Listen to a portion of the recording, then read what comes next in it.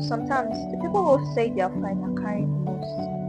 Hello everyone and welcome back to another episode of Sustainable Podcast, where we have conversations that nurture the mind, strengthen the heart, and encourage the spirit.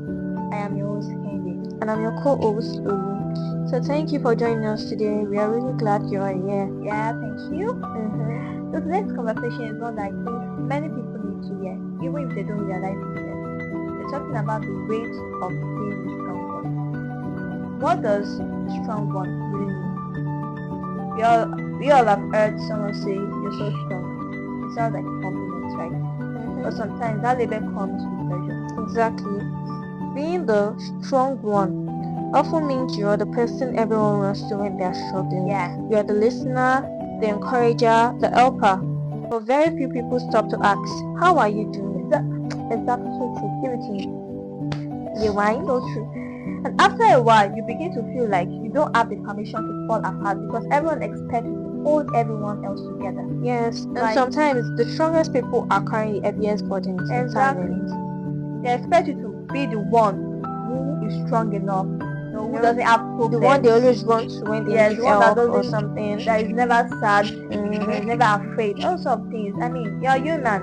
You should also feel. You have the right to feel. You have the right to be afraid. Yes. So moving on, why do people become the strong one? Why do you think some people naturally become that person? There are different reasons to that. Okay? Some grow up having to take on responsibilities too early. Yeah. Some are the oldest siblings. Others have gone through difficult experiences and learned to hide their emotions. While some simply don't want to burden other people. Yeah. So there are a lot of different reasons Yeah, as they're to so that. relatable, yeah. Yeah. And sometimes it's because people have become so used to seeing you smile that they assume you're always okay. Boom. That's the danger. Anger. People can look fine on the outside while feeling completely overwhelmed inside. So most times, all we just have to do is ask, are you okay?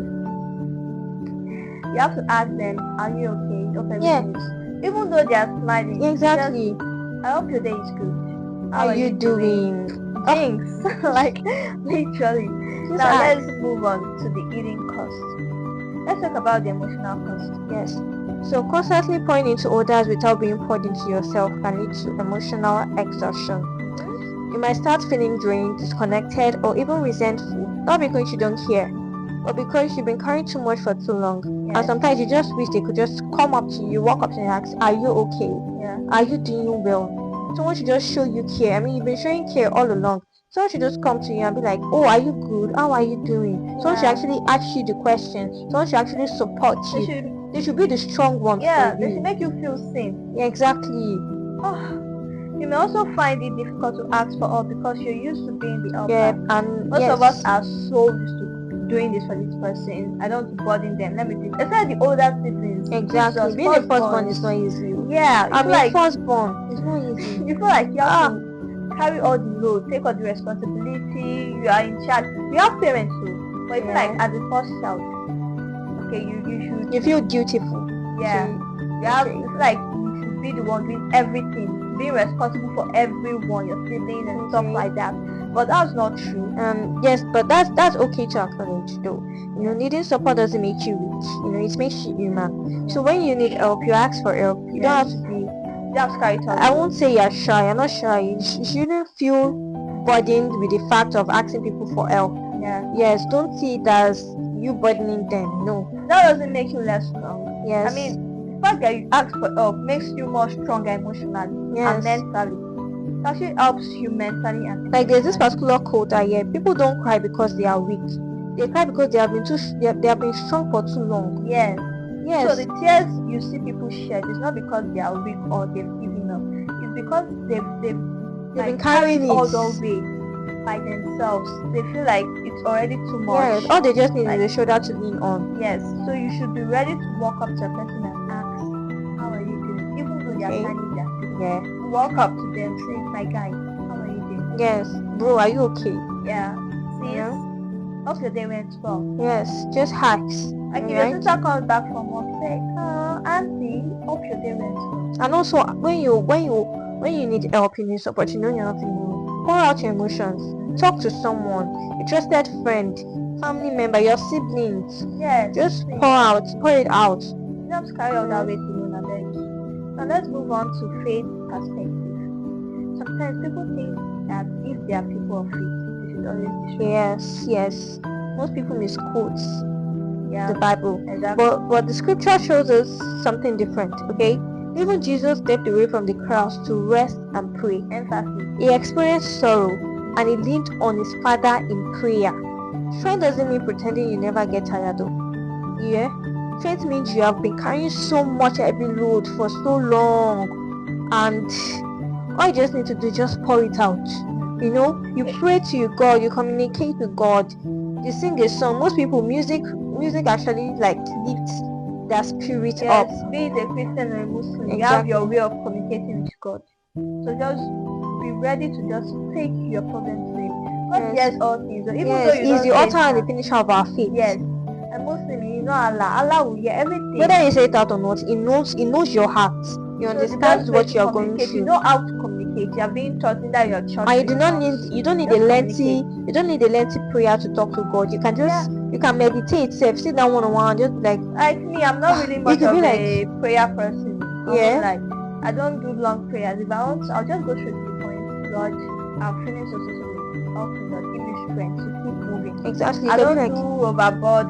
Come on, you don't have to go God, overboard. I'm having a very, very bad day today. Just politely Just tell go with me, be with me. You know?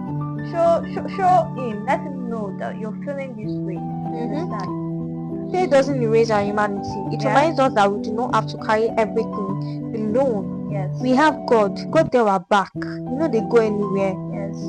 Exactly. Moving on to practical steps. If someone listening realizes they've been carrying so much, where do they begin? The first way they can begin is by being honest to themselves. Yes, be honest with yourself about how you are feeling. Acknowledge that feeling. Accept that you have that feeling is actually going on. Maybe you are sad. Acknowledge the fact that you are sad. Don't pretend that you're not sad. You're just going to worsen. Yes, the one of the basics emotion. of mental health, Yes. emotional health. Be ready to acknowledge what you're Unless feeling. someone you know, someone you trust, know you are struggling. Yeah. Set healthy boundaries. Yeah. Rest without feeling guilty. When you are tired, take that nap, take that siesta. Don't feel like no, you're not being lazy. Take a break. Even God rested on the 7th day. We self rested. Last week we didn't rest without feeling guilty.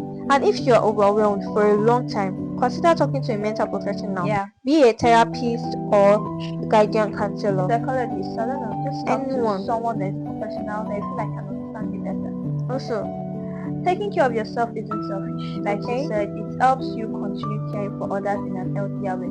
Like last week, we had to post a podcast episode. Okay. Last week was so productive. I mean, super productive.